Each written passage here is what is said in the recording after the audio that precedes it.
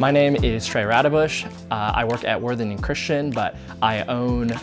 Cursory Designs on the side where I like to come down here and tinker and create and make things on my computer and in my wood shop. And I was tasked with making the giant CC structure that you saw when you came in using my 3D printers and my computer. From a young age, I found I always liked to be able to know how things worked, create, and take them apart and just figure out how things were put together. And from there, I got into building Lego sets and knowing how to reverse engineer things, and quickly transitioned into buying my first 3D printer about 10 or so years ago. And now I've got the 7 3D printers that you can see behind me, and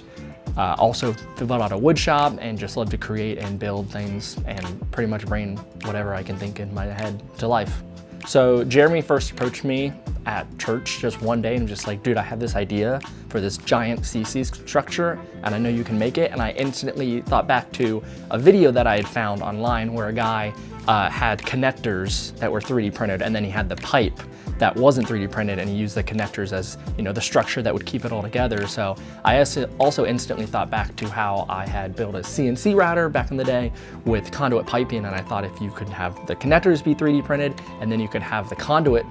pipe be the actual main structure that holds the weight, then it would work out really well. And then within about a week, I had it modeled up on my computer, and I was printing prototypes and just going from there. I had a great time at Creative Conference last year, really went in with just eyes wide open, really just wanted to go in and just learn about all the different fields, and even a lot of the design principles and creative attributes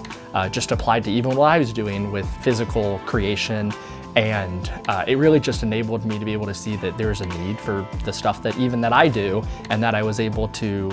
create things and be able to make a business and to be able to make money off of it, and now be able to offer my services back into it. So not being isolated while you're creating something is an attribute that I learned really early on in college when I was taking design classes, because you can very much have a one-track mind where you come up with an idea and you need other people around you to be able to inform you and be able to give you other insights and other opinions, and even be, oh, what if you tried this, or what if you tried that? I even found that along the way here, where I would send the blueprints of the structure and he'd be like, oh, well, what if we did this, or what if we did that, or add that? And it ultimately ended up making it better, and that wasn't just a decision that I alone made, but it was made in collaboration. So being a follower of Jesus affects every attribute of how I do my work, because it ultimately gives me the inspiration of the great creator that in the very beginning,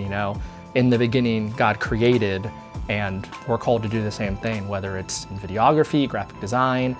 physical products, and it gives us an inspiration and something higher to strive to, that even though we're creating things, at the end of the day, we're just kind of changing things around. And he's the ultimate creator that's created all the things that we see around us.